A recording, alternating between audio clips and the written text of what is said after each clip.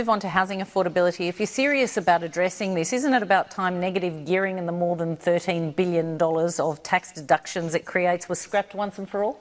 No, I mean the government doesn't agree with that proposition. I mean, you know, a previous Labor government back in the mid-80s tried this, and you know, they walked away from it for you know, clear reasons, and that was that there was evidence that it was pushing up rental prices, in particular in those markets where there were low vacancy rates. I mean, we don't want to go down a path which in the past has proven to be counterproductive, which would push up the cost of private rental accommodation, because that is not the right way forward. You say there was evidence it was pushing up prices, but with respect, the facts don't seem to support your claims. If the brief abolition of negative gearing in the 80s really did push up rents, wouldn't we have seen that Australia-wide rather than only in Sydney and Perth? And I've got a graph here that I think you can see as well that illustrates the point particularly well. When it was abolished, rents went up briefly, and then you can see they were actually higher before negative gearing was abolished, and then they were higher again after it was abolished. But there doesn't seem to have been any sort of, you know, massive impact that would definitively show evidence that it was the abolition of negative gearing that pushed up prices.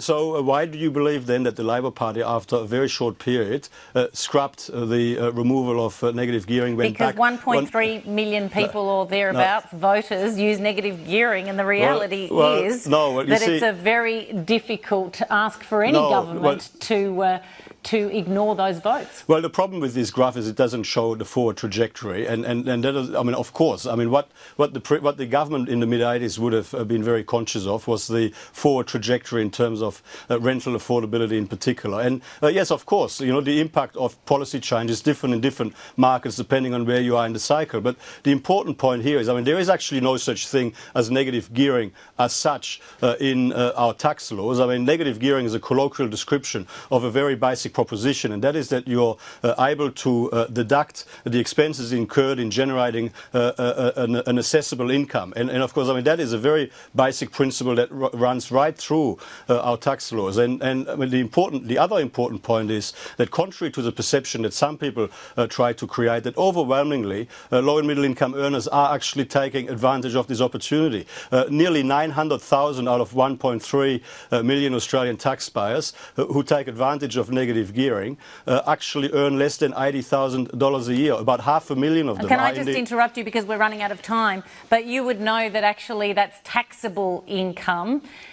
Indicates that they earn not very much money, but we know that the way to reduce taxable income is to use negative gearing. In fact, Sol Eslake, the very well-respected economist with Bank of America Merrill Lynch, says it's difficult to think of anything that would do more to improve affordability conditions for prospective first-home buyers than the abolition of negative gearing. Well, I can absolutely think of something that would do more, and that is to increase the supply of land. I mean, if we want to genuinely and sustainably improve the housing affordability, what we'll do is we'll increase the supply of land. We ensure that the construction of housing in Australia, the cost of constructing a house in Australia comes down to more of an international standard. I mean, if you compare the cost of building a home in Australia to that of building a home in the US, it is significantly higher. We've got to look at a whole range of areas where we can take measures to significantly improve housing affordability.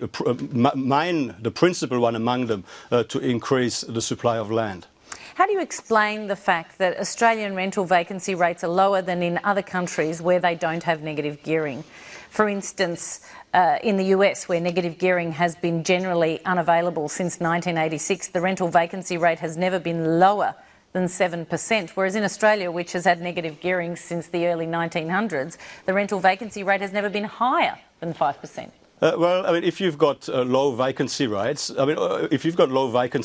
you get rid of the capacity to deduct expenses incurred in investing in the provision of private property, private rental accommodation. Then you'll reduce the supply of private rental accommodation. And if the demand stays the same, you'll actually push up the cost of private rents. I mean, that is the exact point that I was making before. I mean, you're actually confirming my argument. I mean, if there is a stronger demand in Australia than in other parts of the world for private rental accommodation, and you reduce the supply of private rental accommodation because you get rid of this capacity to deduct expenses against that income, you'll actually be making the problem worse. Senator Cormann, we're out of time. Thank you very much. Always good to talk to you.